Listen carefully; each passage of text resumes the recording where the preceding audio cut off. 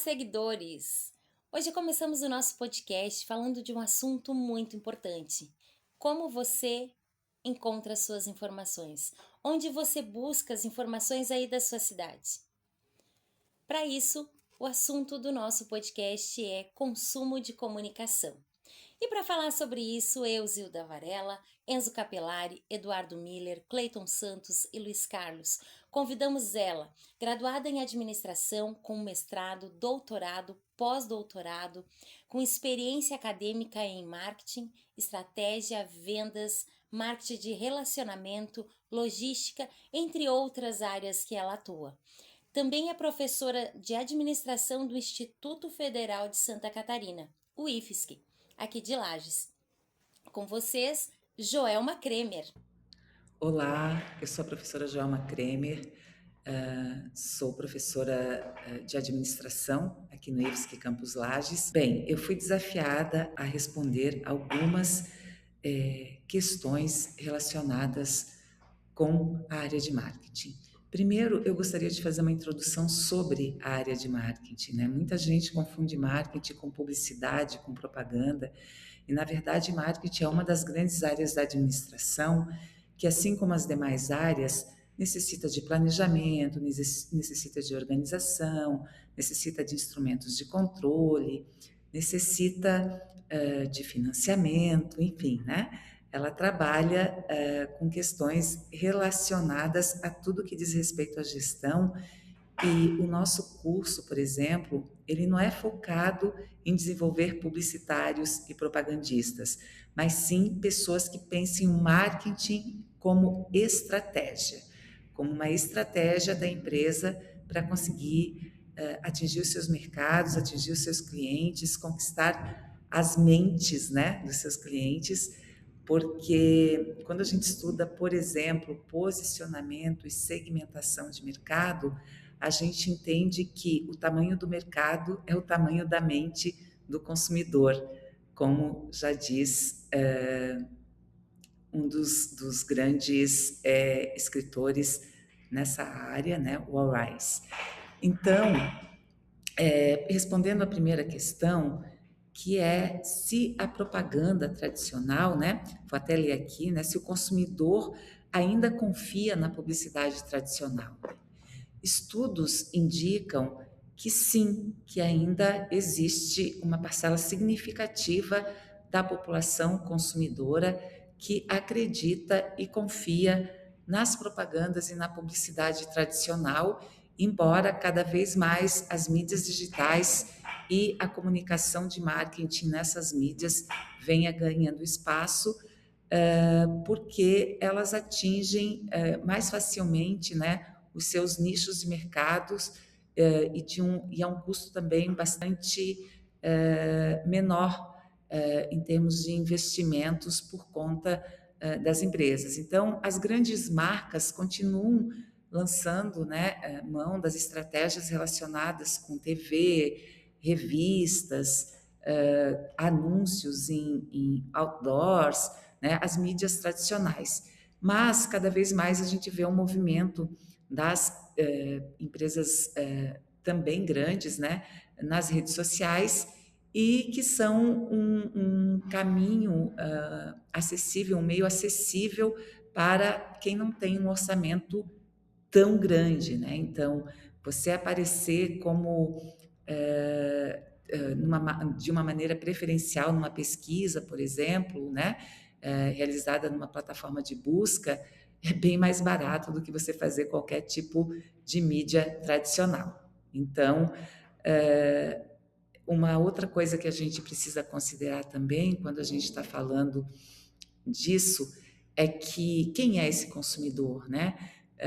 Porque existe uma mudança na pirâmide etária do Brasil, né? O Brasil já teve uma pirâmide, hoje ela já está bastante truncada na base, né? E gordinha no meio, porque a gente está vendo que a população ela tende a diminuir o número de nascimentos, e isso vai fazendo com que uma faixa significativa da população e naturalmente dos consumidores esteja aí entrando em idades mais avançadas, né? E isso também está relacionado com a expectativa, aumento de expectativa de vida da população, que melhorou significativamente nos últimos anos. Então, hoje, o consumidor que realmente tem poder aquisitivo no Brasil, ele é um consumidor que ainda é muito atrelado às mídias tradicionais, e nem sempre que tem tanta familiaridade com as mídias sociais, né? E eu estou falando aí em termos de gerações, dos baby boomers, da geração X, né? Que são gerações que ainda não tinham nascido nesse mundo conectado e tiveram que aprender a conviver com ele e dessa maneira não tem tanta familiaridade. É isso. Então, respondendo a primeira pergunta, eu acredito que ainda existe sim bastante espaço para as mídias tradicionais. Agora, respondendo a segunda pergunta que foi colocada, que é o que significa construir autoridade de mercado, né? Autoridade de mercado tem muito a ver com o desenvolvimento de estratégias de posicionamento de uma marca, de uma empresa, né? Normalmente, uma empresa, ela se consolida por meio de uma marca, mas há as empresas que trabalham com estratégias multimarcas, então isso é um pouquinho mais complexo do que se a gente olhar diretamente para uma empresa que tem apenas uma marca, né? A autoridade de mercado, ela é tradicionalmente ligada a uma estrutura de... A autoridade de mercado diz respeito a tornar-se referência e a ser um consumidor confiável no seu nicho, no seu segmento de mercado, né? A gente até diz que quando uma marca se torna sinônimo de um produto, ela tem muita autoridade. Então é muito comum a gente ver as pessoas fazendo as suas listas de compras e em vez de colocar, por exemplo, detergente de lavar louça, colocar Limpol, ou em vez de colocar esponja de aço, colocar Bombril. Então essas são marcas que realmente conseguiram desenvolver uma autoridade a ponto de virarem sinônimas, né, de um tipo de produto ou serviço. Mas a autoridade de mercado, ela é construída basicamente em 3 pilares, né, que é a credibilidade, a visibilidade e a relevância. A credibilidade diz respeito a você entregar o que você promete, né? Você realmente está entregando ao consumidor, ao seu cliente, o que você está dizendo que vai entregar. Já a visibilidade é você aparecer para o cliente correto, né? Você está disponível no local certo, na hora certa, tem a ver com questões logísticas para o público certo. E a relevância é que você entrega realmente um produto ou serviço que os clientes e os consumidores querem e continuam querendo. Ou você vai fazendo as adaptações necessárias diante da evolução do próprio mercado. É muito comum a gente tratar o marketing não somente como uma ciência, ele é uma ciência social aplicada, mas também como uma arte, né? E sendo uma ciência social aplicada e estando relacionado com arte, ele acompanha muito os movimentos da sociedade, as mudanças sociais. Então, as empresas precisam estar constantemente dando atenção a esses aspectos, a essas mudanças, né, para continuarem sendo relevantes para os seus clientes e seus consumidores. A próxima questão que foi colocada diz respeito a qual foi a maior transformação do marketing nos últimos anos, né? Sem dúvida, foi essa transformação das campanhas de massa, né, para hiperpersonalização. Então, a gente poderia dizer que essa mudança na promoção, na publicidade, né, a gente tem 4 P's no marketing, né? Produto, preço, praça e promoção. Então, houve uma transformação bastante significativa na forma de se comunicar com o público, né? E também na possibilidade de você ter uma variedade maior de produtos para atingir nichos de mercados que agora eles estão em qualquer lugar do mundo, né? Tem uma teoria que é a teoria da cauda longa, que explica bastante bem isso. Se alguém quiser, pode procurar para entender. Mas se antigamente você precisava comprar um disco de vinil para ouvir uma música que você queria, né? E você acabava comprando 12, sei lá quantas mais. Hoje você pode comprar, né? Você tem acesso a uma música só que você quer, né? E isso permite também que um músico, por exemplo, ele consiga lançar uma música, não precise de 12 para lançar um LP, como era antigamente, um long play, né? Essa é uma mudança bastante significativa.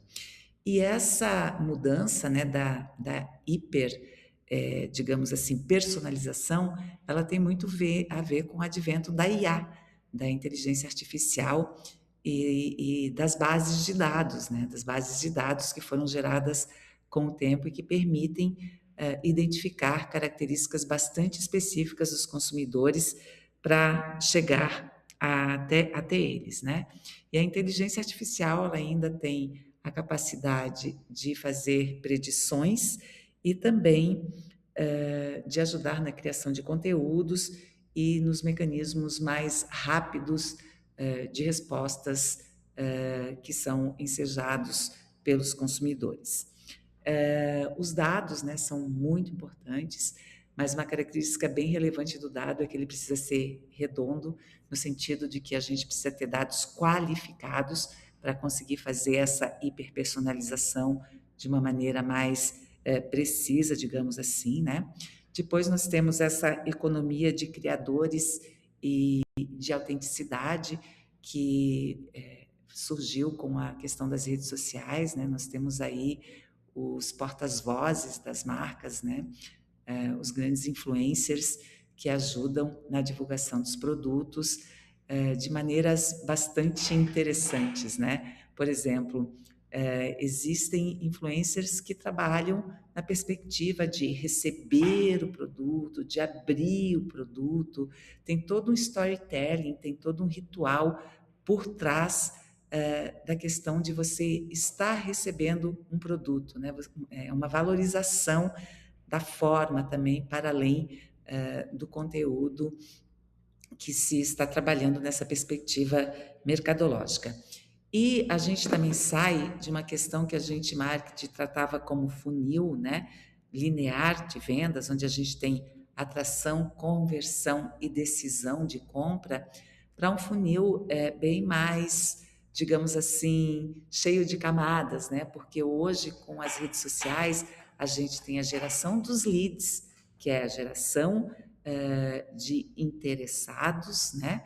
Daí nós temos a qualificação desses interessados para, a partir daí, avaliar os desafios e os problemas relacionados a esses interessados, solucionar esses problemas das pessoas, porque, na verdade, quem está comprando um produto ou um serviço está querendo solucionar um problema na sua vida, né? Para daí sim conseguir converter essa pessoa para seu produto, para sua empresa e finalmente fechar uma venda. Então, virou um processo um pouquinho mais cheio de camadas do que a gente tratava anteriormente numa visão mais tradicional do marketing. Vamos à próxima questão. Ela diz respeito a como as redes sociais impactam, né, o consumo. Obviamente, elas impactam de maneira muito significativa, porque elas buscam respostas imediatas, né? Então, a validação social, a questão dos anúncios personalizados. Às vezes você fala alguma coisa, né? Ah, eu vou viajar para a Itália, e daqui a pouco começa a aparecer tudo sobre Itália nas suas redes, em qualquer local que você acesse, você começa a receber e-mails sobre o assunto, enfim, né? Então, isso está relacionado com a hiperpersonalização, que nós já falamos, mas também, né, as redes sociais, elas são muito eficientes na compra por impulso, no poder dos influenciadores digitais. Quando você gosta muito de uma pessoa e acredita na confiabilidade do que ela diz, você acaba sendo influenciado por ela, né? tem uma frase muito interessante que eu gosto muito, né, que só existem influencers porque existem pessoas que podem ser influenciadas. Então, digamos que a quantidade de pessoas que podem ser influenciadas é bastante significativa e os profissionais de marketing estão usando muito bem dessas estratégias para conquistar pessoas interessadas em comprar os seus produtos e os seus produtos e os seus serviços, né? E daí tem uma coisa que se chama efeito FOMO, né? Que em inglês é Fear of Missing Out, ou seja, o medo de ficar de fora, o medo de perder alguma coisa. Então, eu quero fazer parte, eu não quero ser o último a experimentar, eu quero ver como esse produto funciona, eu quero ver o que ele causa, né? Qual é o impacto que ele tem, enfim, na minha vida, no meu suprimento de necessidades, na resolução dos meus problemas, né? E claro que isso chega para a gente através dessa hiperpersonalização dos algoritmos e também as redes e a internet de uma maneira geral, ela possibilita que a gente faça pesquisas antes de comprar, né? Ela permite que a gente avalie se aquela oferta que a gente está recebendo é uma oferta válida, a um preço coerente. Então, é um canal bem importante. Outro dia mesmo eu fui levar meu carro para fazer uma manutenção e daí me pediram um valor X por um item que precisava ser trocado. Eu imediatamente entrei na internet e vi que na internet existia o mesmo valor por um terço do preço, e daí eu negociei, né? Negociei um desconto, porque eu prefiro fazer na concessionária, que eu acho um serviço mais garantido, mas em função da informação que eu tinha na mão naquele momento, eu consegui negociar um desconto, né? Então, mas, como tudo o que é bom também traz algum efeito colateral, nós temos aí o problema do endividamento, né? Que 6 em cada 10 brasileiros, tem pesquisas que indicam que 6 em cada 10 brasileiros consideram que a internet e as redes sociais são grandemente responsáveis pelo seu endividamento. Então, muito cuidado aí, né? As empresas, elas também têm uma responsabilidade social, né? E hoje a gente fala muito de ESG, né? Que está relacionado ao meio ambiente, à sociedade e à governança. Então, as empresas, elas têm responsabilidades para além de somente vender, vender, vender, né? Tem outras responsabilidades que precisam ser tomadas em conta, mas a gente fala um pouquinho mais disso quando a gente falar das gerações daqui a pouquinho. A questão agora é sobre como que atitudes fortalecem a credibilidade de uma marca. Honestidade, né? Honestidade. A marca precisa ser honesta, não basta parecer honesta. Ela tem que ser honesta, ela tem que entregar o que ela promete, ela tem que manter a transparência em momentos de crise, tem que ter a possibilidade de gerenciar essas crises, né? E oferecer constância e qualidade. Eu quero comprar o mesmo produto todas as vezes que eu adquirir aquela marca e não observar variação no seu conteúdo, né? Ou mesmo na área de serviços, que é tão difícil, né? Porque serviços é muito baseado em pessoas, está muito fundado em quem está prestando o serviço, né? Então, quando eu vou fazer um atendimento, por exemplo, eh, no, quando eu vou receber um atendimento, né, numa clínica médica, por exemplo, eu quero que eu seja atendida sempre da mesma maneira, mas isso raramente vai acontecer, porque vai depender de quem é a pessoa que está ao outro lado prestando atendimento, e essa pessoa precisa estar consciente da importância que ela tem nesse processo, precisa estar motivada para estar exercendo aquela função, precisa ser capacitada para exercer aquela função, né? Então, honestidade na entrega, que diz respeito a cumprir as promessas, apresentar qualidade, né? Resolver os problemas realmente dos consumidores, mas também um relacionamento e atendimento adequados, como eu dei o exemplo do atendimento anteriormente, né? Então, é preciso ter um diálogo ativo com os clientes, é preciso saber acolher as críticas, é preciso focar no cliente e é preciso também não esquecer da comunidade onde a empresa está inserida, no seu entorno, porque hoje a gente fala de stakeholders, né, que são os públicos de interesse. E os públicos de interesse de uma empresa, eles vão além dos clientes, né? Eles perpassam por todas as pessoas que se relacionam com uma empresa, tratando-se das pessoas que trabalham para a empresa, dos seus fornecedores, da comunidade de entorno, dos agentes públicos, né, da segurança, enfim, todos esses atores que de alguma forma têm algum relacionamento com uma empresa, né? E muito do que da credibilidade da empresa está relacionada à própria cultura que ela desenvolve. E essa cultura diz respeito a ela ter muito clara qual é a sua missão, qual é a sua visão, né? Ela ter muito bem definido os seus objetivos, as suas estratégias, ter uma comunicação autêntica, né? Autêntica, entregando o que promete, né? Então ela se comunica de uma forma e o que chega ao consumidor é realmente o que ela diz que chega, né? Tem a questão também de ela se posicionar com autoridade nas mídias digitais, de ela cumprir com as exigências legais, com as normativas existentes, né? E, como eu já falei antes de ESG, né, ela desenvolver sempre ações de responsabilidade social corporativa, cuidados com o meio ambiente, não infringir regras, não infringir os direitos humanos, né, trabalhar com diversidade, inclusão, não se utilizar de trabalho escravo, de exploração dos trabalhadores, enfim, tudo coisas que podem negativamente afetar a sua imagem. E a imagem, né, uma marca, a imagem que está muito relacionada com a marca da empresa, ela muitas vezes leva décadas para ser construída, mas ela é como um cristal que, se quebrar, é muito difícil de recuperar rapidamente. Então, é preciso realmente